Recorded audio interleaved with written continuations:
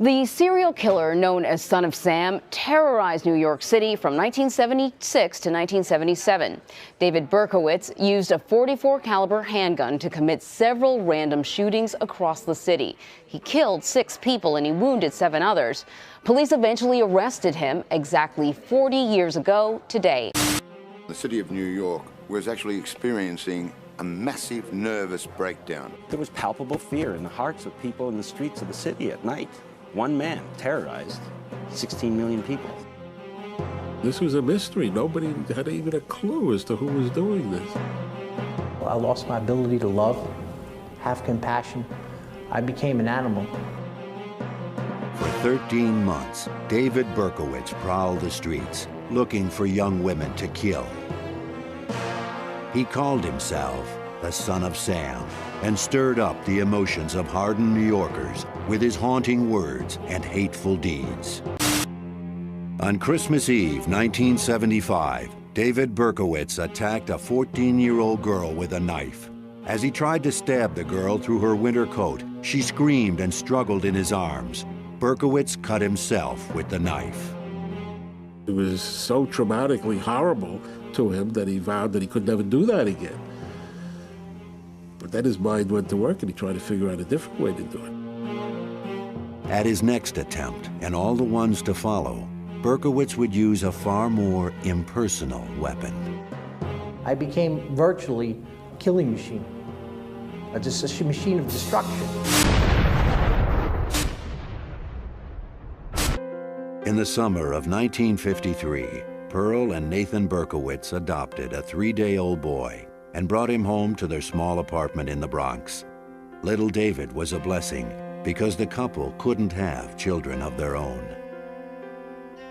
One of David's earliest memories was his parents telling him that he was adopted and that his real mother had died giving birth to him. Nathan Berkowitz worked 6 long days a week running a hardware store. Pearl was a homemaker who loved to show off her little boy. While David's childhood seemed normal enough, including Little League and occasional trips to Yankee Stadium with his father, David sensed early on that there was something wrong, something he could not express. When David fought with other boys in the neighborhood, they would taunt him saying, "You're not a real kid, you're adopted." Worse than the shame he felt over being adopted was his guilt, knowing that his biological mother had died in childbirth. He would lie awake at night, fearing that his father was going to come and murder him in his bed because he had killed his biological mother. David's dark imagination was fueled by the many horror films he watched on television. He suffered from terrible nightmares, but was often too frightened even to speak about them. I would have these seizures that would come upon me where I'd start rampaging through the house and throwing things down and rolling on the floor. Sometimes my dad had to just grab hold of me and pin me down to the floor till these seizures stopped. I just loved the darkness. There was something in me that just craved the darkness. I would lock myself in the closet for sometimes hours at a time, and my mom didn't even know I was in the house. At other times I would just hide under my bed and stay that way for several hours. There were times at night when I just felt a craving or an urge to just go outside. Sometimes I would sneak down my fire escape and just wander the alleyways and wander the streets 1 o'clock, 2 o'clock, 4 o'clock in the morning, and then sneak back the same way. Sometimes my parents didn't even know that I was gone. I had no joy in my heart. I had no happiness. I felt mentally confused. I was struggling in school. I was cutting out of school. I just couldn't be controlled. Berkowitz hated school and would run home as fast as he could to be with his mother, whom he adored. She was only too happy to dote on her only child. David, in turn, secretly poisoned his mother's parakeet to eliminate what he regarded as a rival for her affections. She never suspected her little angel. Despite David's adoration for his mother, he could also be cruel to her. The only person he really felt close to in the whole world wasted away in the cancer ward and then died. David cried for days. I was a lot closer to my mom than I was to my dad. My dad, I mean, he had to work all the time, 6 days a week. It wasn't his fault. And then I had trouble, lots of trouble all through my youth, you know, emotional problems and things, mental problems. And when she died, of course, then I lost everything. The 18-year-old Berkowitz enlisted in the Army. He was full of patriotic fervor and fantasized about dying a heroic death in Vietnam. Instead, he was shipped to Korea and qualified as a sharpshooter with an M16 rifle. He tried to find a girlfriend among the Korean prostitutes who hung around the base, but he found the effort degrading. David wrote to his father, apologizing for being a burden and amounting to nothing in society. He wrote that he was sorry he turned out the way he did, stupid, hateful, ugly, destructive. Berkowitz begged his father to pretend he never had a son, to forget that he even existed. Nathan remarried and decided to move to Florida and retire. Berkowitz resented his new stepmother and her daughter for invading his home and taking away his father. The 21-year-old began to feel that there was a mysterious force around him that repelled people. He referred to himself as der Schmutz, Yiddish for dirty one. His world was rapidly shrinking. Berkowitz moved into his own apartment and got a job as a warehouse security guard on the docks of the west side of Manhattan. From the depths of his loneliness, he began to think about the birth mother he never knew, the one whose death weighed on his conscience. Berkowitz would soon unravel the mystery of who he really was. What he found would propel him onto the street in search of blood. David Berkowitz began a desperate quest at the age of 21 to find out exactly whose son he really was. But instead of saving him from his misery, his journey to discover his birth parents would launch Berkowitz on a year-long killing spree. Berkowitz called his adoptive father, Nathan, and demanded the truth. Nathan broke the news that David's birth mother was in fact alive. He explained that the adoption experts had advised against revealing the truth. Berkowitz was stunned. In an instant, he was delivered from a lifetime of guilt. He had not caused his mother's death after all. Berkowitz's adoption papers said that his real name was Richard David Falco, and that his parents were Betty and Tony Falco. He searched for them for months, but he kept hitting dead ends. Frustrated and lonely, Berkowitz, who had tried during his Army years to find comfort in religion, now joined a cult of Satan worshippers. Berkowitz enjoyed the late-night rituals in the woods, the chanting, the drugs, and the opportunity to meet girls. He connected easily to the dark forces that the group worshipped. He even made a blood pact to serve the devil. I was chanting the names of Lucifer over and over, and I was calling out to him. I said, you know, son of the morning, and prince, my Lord, you know, come into me right now, take control of this vessel. And I felt like I was being emptied of my own personality, and that something else somehow was coming in. The group gave Berkowitz a sense of belonging to a family, and he eagerly accepted their mission. I was lonely, I had no real companionship, and I was invited to a party one day. I went to the party, this was in the Bronx.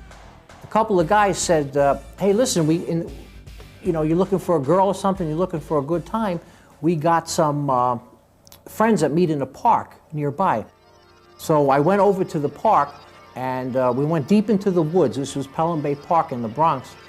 And they had like a small fire going, and a lot of people were drinking. They were singing, some people were chanting, and I says, well, what is this, you know? And I began to meet some of the people, and they says, oh, well, you know, we're pagans, we're witches, and we come out here to have a good time. But they were the ones that introduced me to Satanism. We had circles, we had the pentagrams that they made right there in the woods, in the high weeds, in the swampy area, and we would just call upon these different powers. They said, call upon these angels. Later on, I found out that these were really demons that we were calling upon. but I would do these rituals and meditate, and you could feel this surge of energy come upon you. Things began to change within me.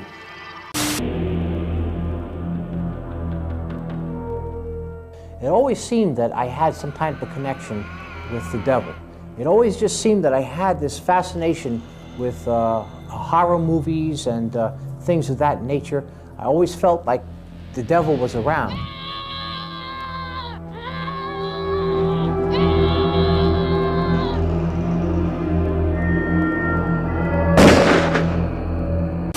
We had worshipped a powerful occultic deity named Samhain. He is one of the high-ranking demons, and he was the one we used to call upon all the time. And it became somehow abbreviated to Sam. I really thought that I was some kind of soldier in a satanic army, and we had determined to bring New York City to its knees, to initiate a reign of terror.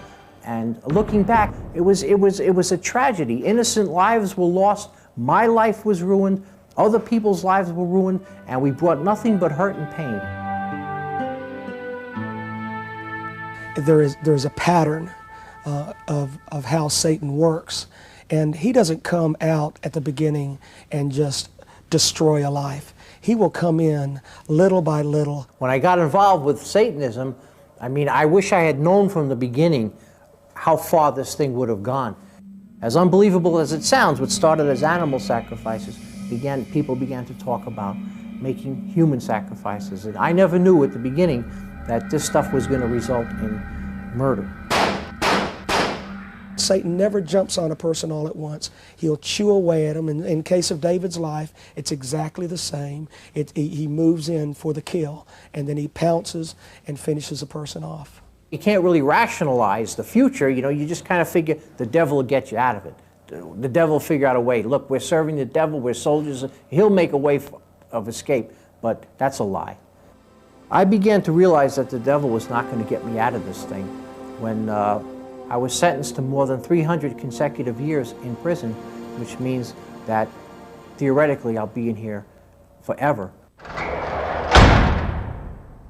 It seemed so innocent at the start, but the devil, he didn't tell you what the end was going to be, that it was going to cost me my very life. And at that time, it was too late. When I grew up, you know, I had no real fear of God, no real respect for God. I didn't know anything about him. And I just did whatever I felt like doing, whatever felt good. But I had no idea that there would really be a consequence for those actions. I mean, I know that if you did something wrong and you got caught, you're going to be punished. But you know, when you do something, you think, yeah, I'm going to get away with this. Nobody's going to catch me. No matter what you're doing, no matter where you've been, no matter what you've done, it's already been seen. It's already been tabulated. It's already been written down.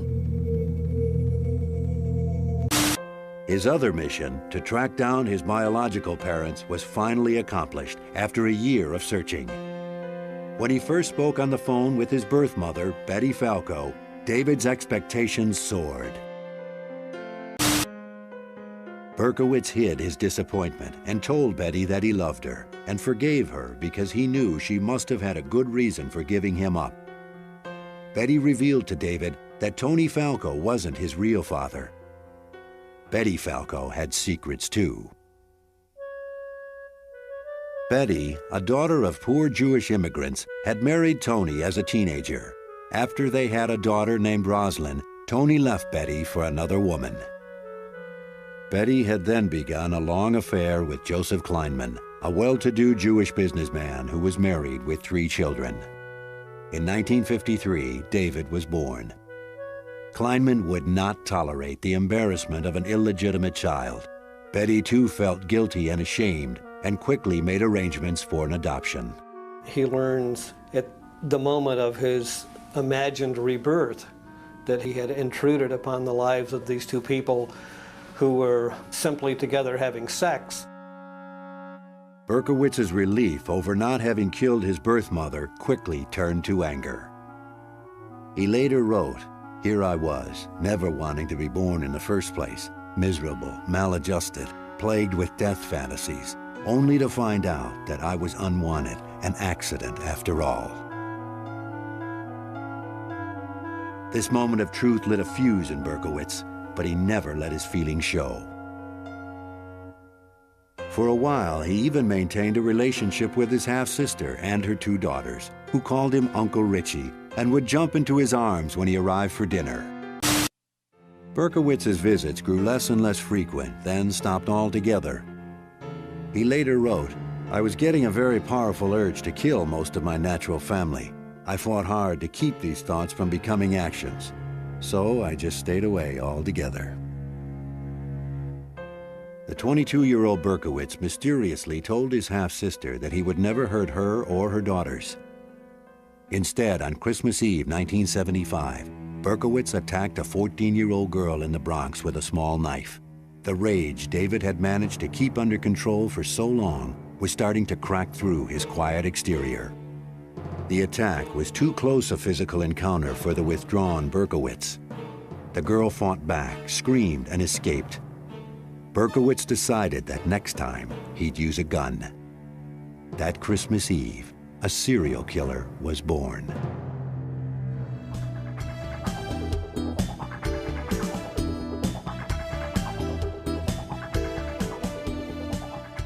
In the bicentennial spring of 1976, Berkowitz was still working as a night watchman, but he complained that he couldn't sleep during the day because of howling dogs belonging to his landlord. He quit his job and moved to an apartment on the Hudson River outside the city, only to find more incessantly barking dogs in his new neighborhood. From 1976 to 1977, Berkowitz drove a taxi, worked in the post office, and tried to live with his paranoid feelings. He would often drive to the beach and sleep in his car for a few hours of peace. At the beach, David took long walks trying to sort out his scrambled mind. One day, he made a decision. As he later explained in a letter, "I was determined that I must slay a woman for revenge purposes. For all the suffering, mental suffering, they caused me." The 23-year-old Berkowitz paid a brief visit to his adoptive father in Florida. Nathan witnessed his son staring in the mirror, pounding his head with his hands. He tried to get David psychiatric help, but the young man refused, saying no one could help him, that it was too late. When Berkowitz left Florida, his vengeful fantasies grew more concrete. He drove to Houston to visit an old Army buddy who innocently helped Berkowitz buy a .44 caliber Bulldog revolver to protect himself, Berkowitz said, on the long trip back to New York.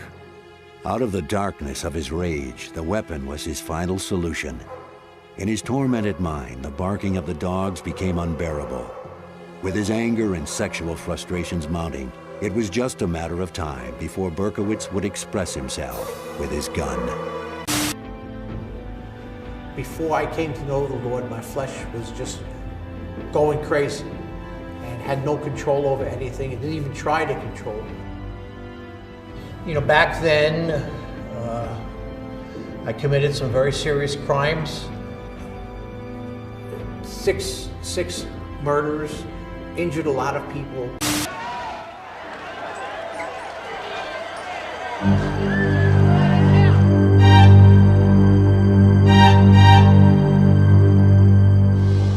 In the summer of 1977, New York lost its mind. We had a blackout in which 3,000 people were arrested. You know, it was a very, very different time, and people were afraid to walk around. The city is preoccupied with the killer, who in one note signed himself the Son of Sam.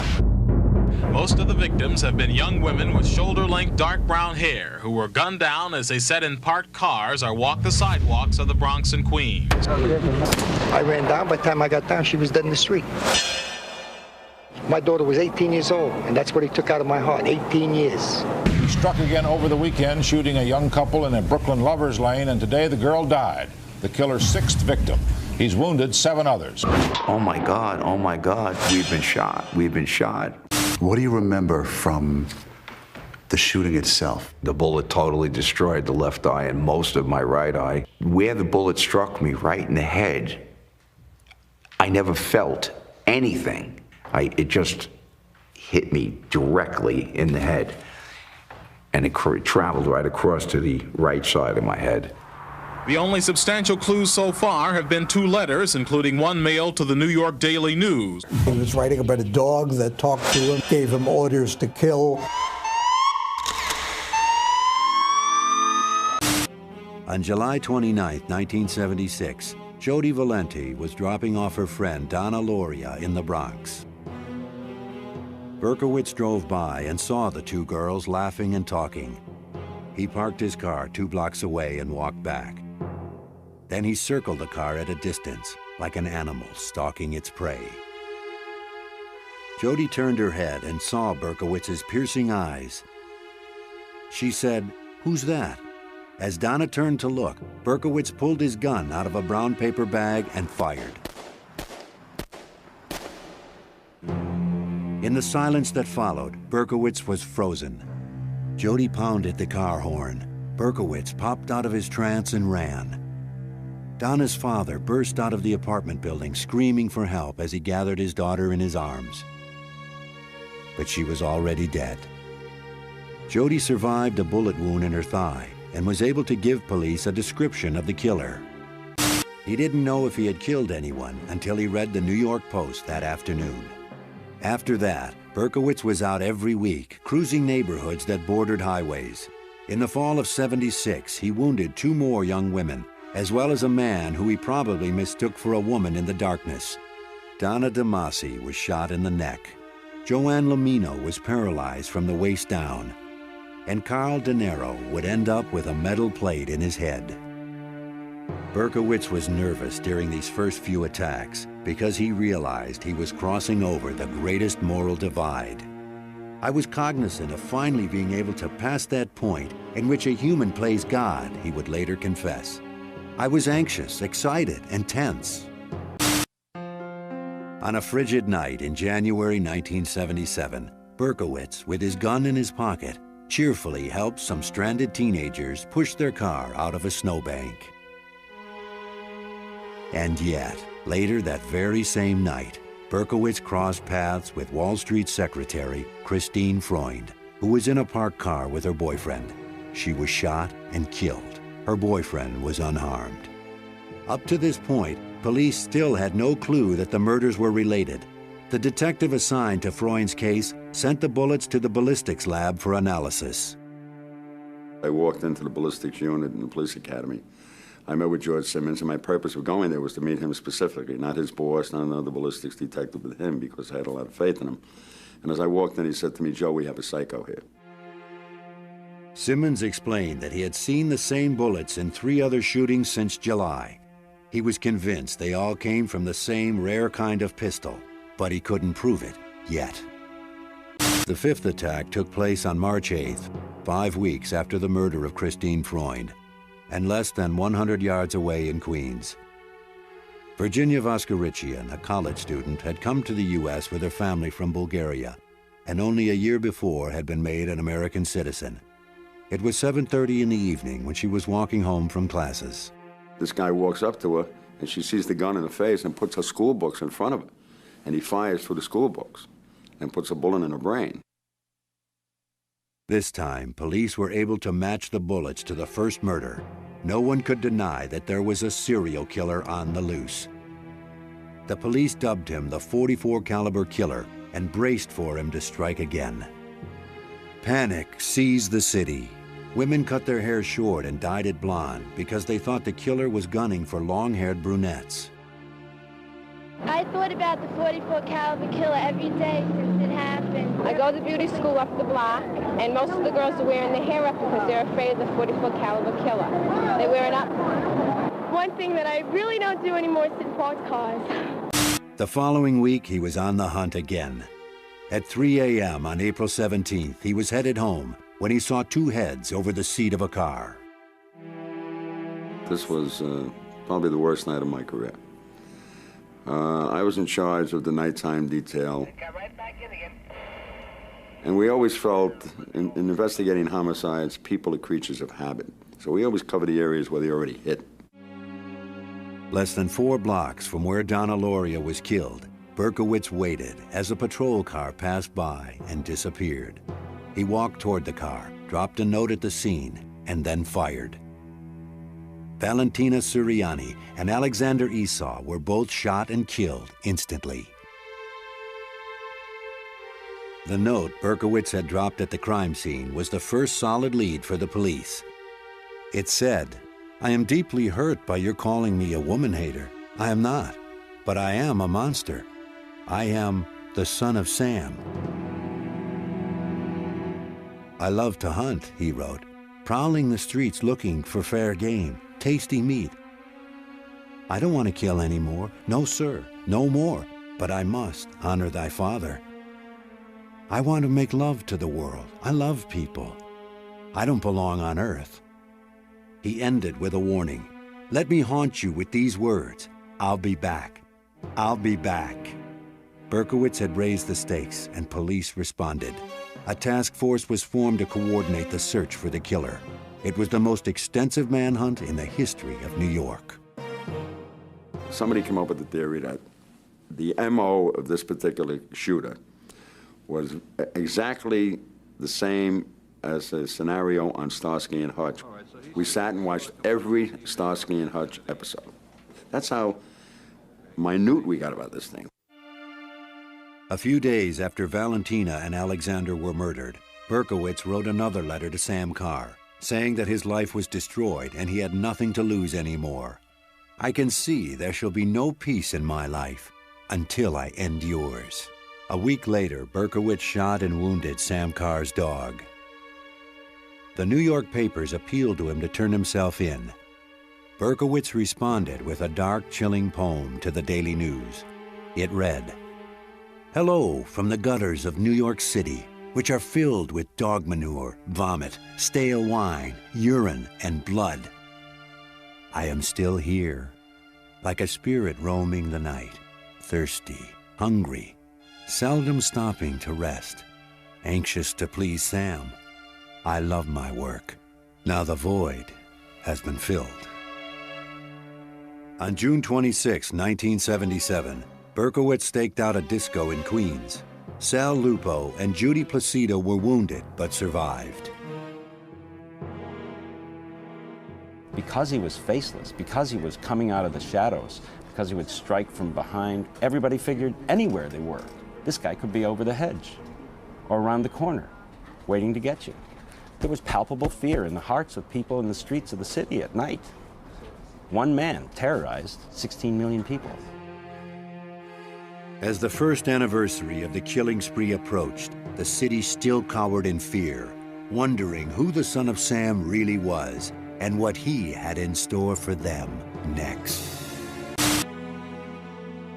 By July 1977, as the first anniversary of Donna Lauria's murder approached, one paper boldly proclaimed, "Death Day."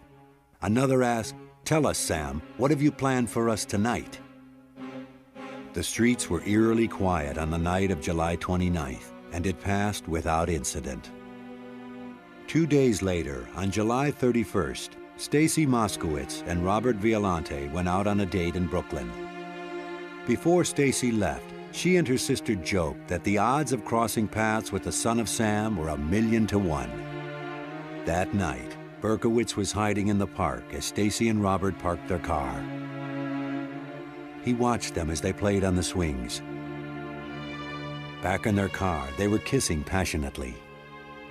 Berkowitz fired 4 bullets into the passenger side window. He stood there mesmerized and then ran. Robert Violante lost one eye and was partially blinded in the other.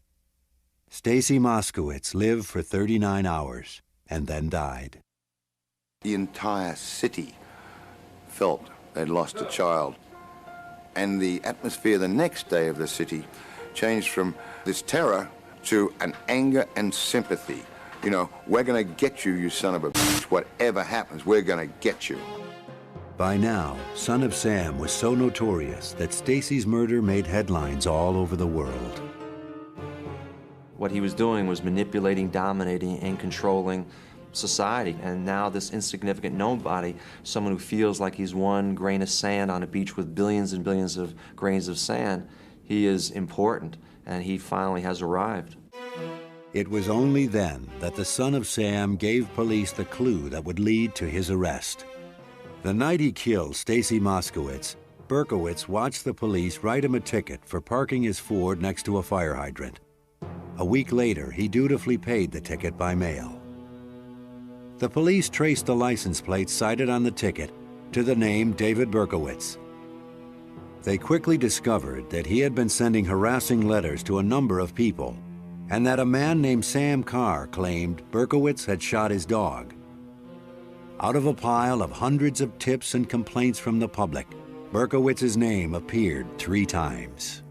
On August 10, 1977, a large team of detectives staked out Berkowitz's apartment. The end was anticlimactic. Berkowitz walked out of the apartment building with a brown paper bag and got into his car. A detective approached the car and told him to freeze. Berkowitz turned around and said, "Well, you finally got me." The officer asked, "Who do I have?" Berkowitz said matter-of-factly, "The son of Sam." On the seat next to him in a brown paper bag is the .44 caliber gun that did all the shootings. No resistance, no shootout, no nothing. You got me. You got the son of Sam. The police brought him in for questioning, and the media descended on them. He came almost in a spotlight. There was a surreal feeling about it. We're finally putting a face to horror and terror. Berkowitz confessed to all of the son of Sam murders, revealing details that only the killer could know. He enjoyed talking about it. He enjoyed being able to give us what we and he only knew.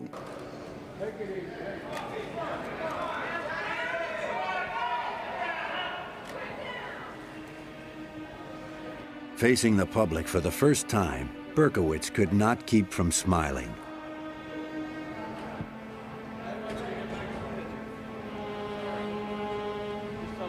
Berkowitz showed no obvious sign of his dark, vengeful interior. He was cooperative and polite.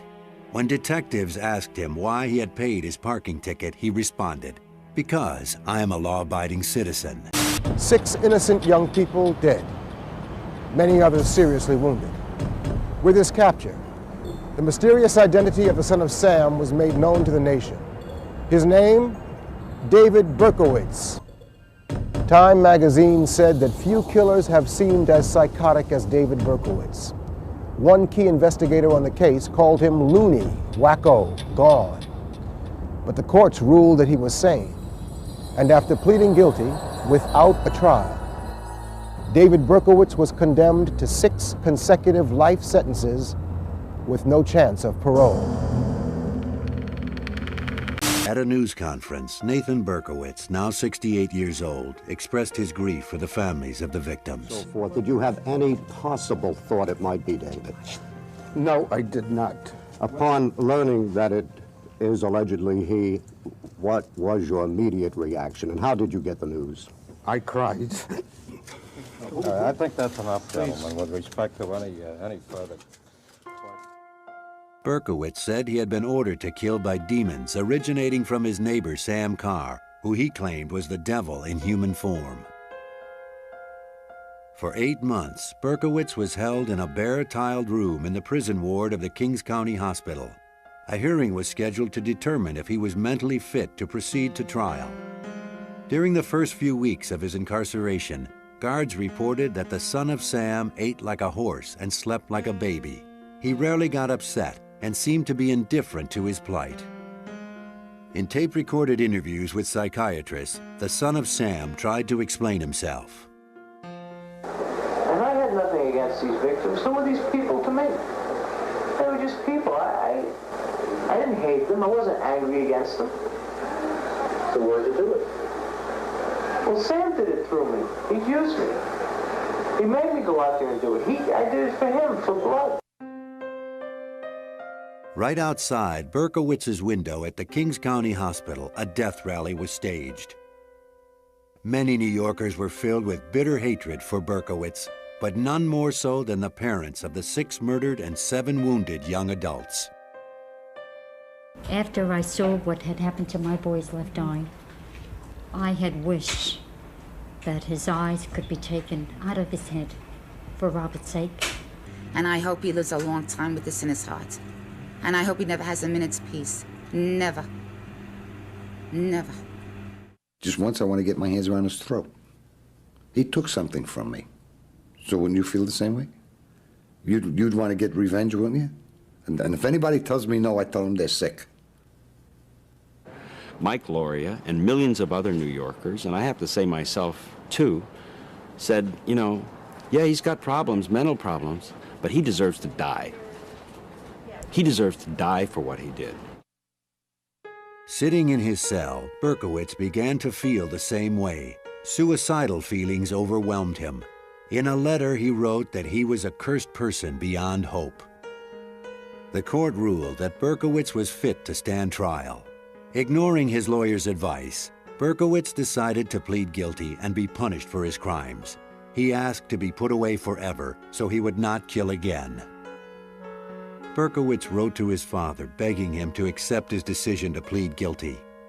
Once again, he told his father, "I failed you, but it's over now. Please, let me have a little peace." In May 1978, the son of Sam pleaded guilty to 6 murders.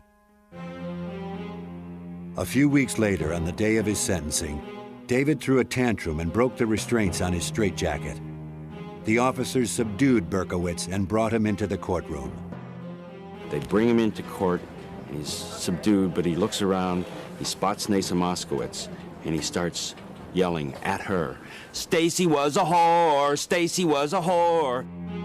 Before they could drag him out, Berkowitz screamed, "That's right, I'd kill her again. I'd kill them all again." Nasa Moskowitz was standing up screaming at him, "You son of a bitch! You killed my daughter! You're gonna get killed yourself!" It was an astounding moment. Berkowitz was dragged from the courtroom biting and kicking. The sentencing was postponed. On June 13th, a greatly subdued Berkowitz stood before the court. The judge said, "It is this court's fervent wish that the defendant be imprisoned until the day of his death." The judge added that Berkowitz was an animal, and he wished he could have given him the death penalty. He was sentenced to 6 25-year-to-life consecutive terms and began his incarceration at the notorious Attica prison in upstate New York. The following year, in February 1979, Berkowitz announced that he had made up the story about the demons. At a press conference from Attica, he said he never heard voices, he was not insane, and he wanted nothing except to be left alone and to spend the rest of his life in prison. Later that same year, Berkowitz was almost killed by another inmate. Fearing retribution, Berkowitz refused to name his attacker. Following the attempt on his life, Berkowitz seemed to become more introspective about his crimes. He wrote in a letter that he did hate women, especially women who dance, he wrote, "I hate their sensuality." Berkowitz told a fellow inmate that he attacked women kissing in cars in order to prevent other illegitimate children from being born to suffer the way he did. Berkowitz settled into Attica and seemed to find some peace. For the next 14 years, he kept his silence with the public. Then, in 1993, Berkowitz came forward and revealed a new twist to the Son of Sam story that would capture the public's imagination once again. Prison is really a place of suffering. It's a place of hopelessness. It's a place of loneliness. You will see a lot of people who will not walk with a smile on their face. You will never see them smile. I've seen men who've committed suicide in prison. I know some personally who have taken their lives, who have hung up because they felt that they had no hope. They hung themselves in their cell. I've seen men stab and cut one another over the most petty things. In prison, there's such a high level of anger. Men are so frustrated. Men know that they've thrown away their lives, and they're bitter. And they take it out on one another. They lash out at one another. Sin will destroy you. Sin will eat at you like a cancer and destroy your body, destroy your your mental capabilities, destroy your spiritual life, destroy your emotions. I wish I could just go back into the past and change everything. Looking back, it was all so senseless. You know, being the son of Sam was the biggest waste. It was the biggest lie. Satan had me totally deceived. I didn't know what I was thinking. I had just been programmed to kill. I hurt innocent people, and I took innocent lives. And that really gets to me, you know. I got like great heaviness and continual sorrow in my heart over the lives that were destroyed through my own foolishness. And I have no excuse to make, you know. I have nobody I can put the blame on but myself. I don't think people can understand the depth of Satan's wickedness towards the human race, that how much he hates the human race and God's creation, and how he's so set on destroying people, and the younger he can get people, it's more advantageous to him.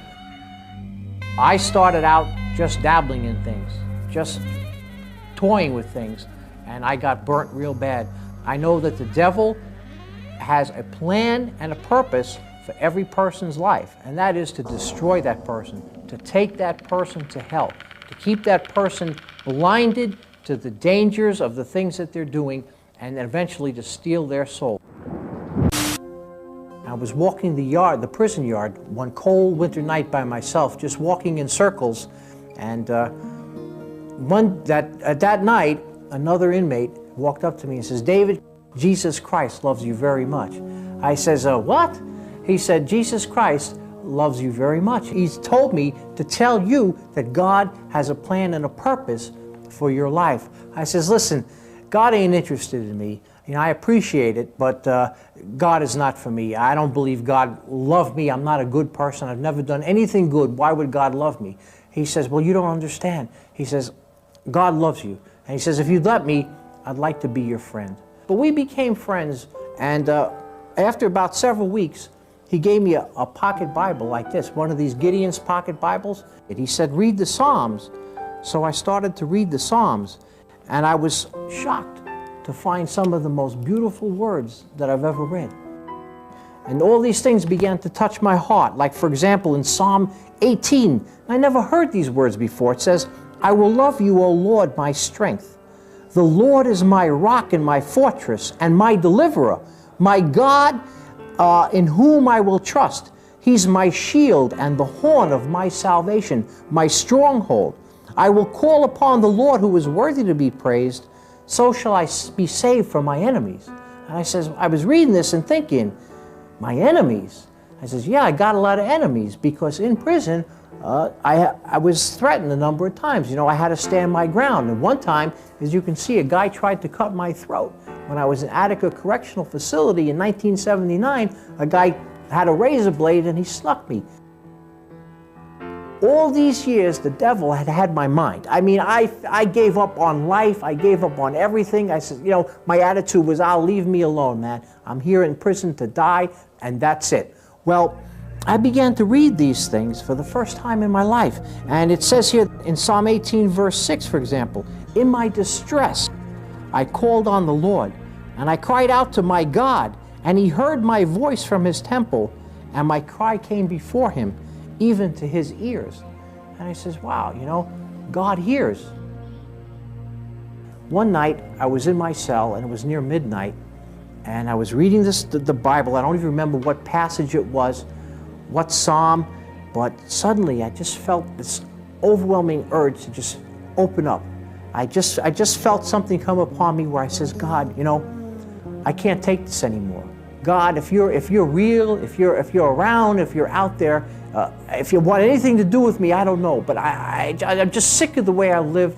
I'm sick of the way I lived my life. I'm sick of all the torment that I went through. I'm sick of all the hatred. I'm sick of having to live with knowing that I hurt innocent people, knowing that I destroyed lives. I'm sick of the devil. I'm sick of being lied to. I don't give a darn anymore. If you're interested in me, if you could hear me, you know, let me just start pouring my heart out to you." In the quietness, I just started crying and crying, and all this stuff was just coming out of me. I said, God, I'm so sorry for living like an animal. I'm so sorry for all these things, Lord God. I don't even understand what happened. Lord, it seems like I never had a moment peace, God. I never had a moment of peace or happiness in my life, not real happiness. And I just began to cry. Maurice Dubois. It's an honor to meet you, sir. Glad to meet you. Thank you for talking with us. Sure, okay. It's a big step, you know. I have my misgivings and nervousness and all those other things. But, understood. Is this a special place for you? Yeah, it is. Yeah, it's a place of refuge. I've been locked up since the time of my arrest, just under 40 years. You just turned 64. Yeah, I just turned 64, yeah. What would you tell 23-year-old David Berkowitz today? Turn around before it's too late, because destruction is coming, you know. Yeah, as far as I'm concerned, that was not me. That was not me. That name, I hate that name. I despise that name. Which name? That moniker, Son of Sam. That was a demon. The devil blinds us to the consequences of sin, and as we move along, it gets harder and harder to come to God as time goes on. If you think that you say to yourself, well, I'll just wait for another day, or hey man, I want to have my fun first, or I want to party down and this or that, the devil has a trick for you. I've heard every excuse in the world for a person not giving their life to Christ. A classic with young people is, I've got plenty of time. Well, that's a lie from the devil. He'll say that you have plenty of time. And he'll say, you know, the way of Christ is right, but give it some time. Give it some time. And sure enough, we give it too much time, and we end up in the grave before we make that decision. God is in the ghetto. He's in the suburbs. He's everywhere calling people to himself. And every person needs to know that they have to make a decision. This is a serious matter. It's a matter of life and death. Many of you that are hearing this message, you're not going to listen to what I say. And maybe perhaps in a short time, you're going to leave this world. Maybe some of you are going to die violently on the streets. Maybe some of you are going to overdose on drugs or die in some car wreck as a result of alcohol abuse. At one time, these hands were being used by the devil to destroy. But I thank God today for his great mercy that these hands are being used to touch lives. Sometimes I just get so happy and so thankful of what Jesus Christ has done in my life. Here I am, a murderer, a man locked behind prison walls now for 19 years. And yet God has shown me that he was willing to forgive me and give me a whole new life. Today, God is using me here in the prison to minister to other men, to give them a message of hope, to give them a message of encouragement, to let them know that Jesus Christ wants to help them, that Jesus Christ can set them free from sin's power, that Jesus Christ can give them a life, that Jesus Christ can rebuild their broken lives, and he will put the pieces back together. If God will save someone like me, a murderer, and make me into a minister today, he'll do that for anybody. He can say nobody is beyond the hope of God's reach, outstretched hands. Nobody is beyond the hope of God's love. At one time, I was called the Son of Sam. Today, God has said, you are now the Son of Hope. That's my new name, Son of Hope, because I tell everyone that there is hope in God. A lot of this was the suffering I brought on myself through my own sinful actions. And but God is good. But God is good. And he's brought me a long ways. I think in all seriousness and soberness, when I shudder to think what my life would have been if I never came to Christ. I honestly believe that I would not be alive today. I probably would have taken my life, because in my times of depression and darkness, there was really no reason to get up in the morning, no reason to go through the day. It was a lot of pain, a lot of mental and emotional anguish and guilt and torment and all these things that I was carrying. And when I came to the Lord, you know, the Lord began to change all those things. Yeah, okay, that sounds easy. That sounds like just words. People could say, yeah, sure, right. I don't expect people to believe me, but that doesn't matter, because the Lord is still working through me, and so that's really what counts. So I'm the Lord's servant, and I know what Jesus Christ has done with my life, and I'm so thankful for that. I began to read the Bible. I developed a thirst for the Bible. I couldn't put it down. I was reading it every moment. Every time I was back in my cell, back from my work assignment or whatever, I couldn't wait to pick up the Bible. That verse from Ephesians chapter 3, verse 20 comes to mind, that the Lord is able to do exceedingly and abundantly above all I could ever ask or think. I'm not worthy of these things. I don't deserve this. You know, I don't deserve all these wonderful, wonderful blessings of just knowing that God is using my life for His glory and honor, and to think that at one time in my foolishness and in my, wickedness, that I allowed Satan to use me for his purposes. God has allowed me to experience in my own life freedom in many ways. The Lord set me free from a guilty conscience. He set me free from my self-destructive and self-sabotaging behaviors which caused chaos for me all my life. He set me free from the power of depression, which I was something I was afflicted with all my life. He set me free from the power of Satan, because Satan had a hold on me probably since I was a kid. And I have freedom to share my faith with other people. And I'm also free from that power of sin that had me bound for so long. Even though I've been behind prison walls for more than 3 decades, I no longer see the prison bars. My eyes focus beyond that. I see Jesus, the author and finisher of my faith. My freedom is found in one word: Jesus. He reached down to me and He picked me up, and I think of His sovereign love, and I say, Lord, why? Why me? Why me? I don't deserve this. And there's no answer except, David, I just love you, Just accept it. I love you. You're my child. I've cleaned you up. I've forgiven you. Just be at peace. I truly, truly, truly believe, without any doubt whatsoever, if it wasn't for Jesus Christ, I would be in hell right now. I would be lost forever in a sea of torment.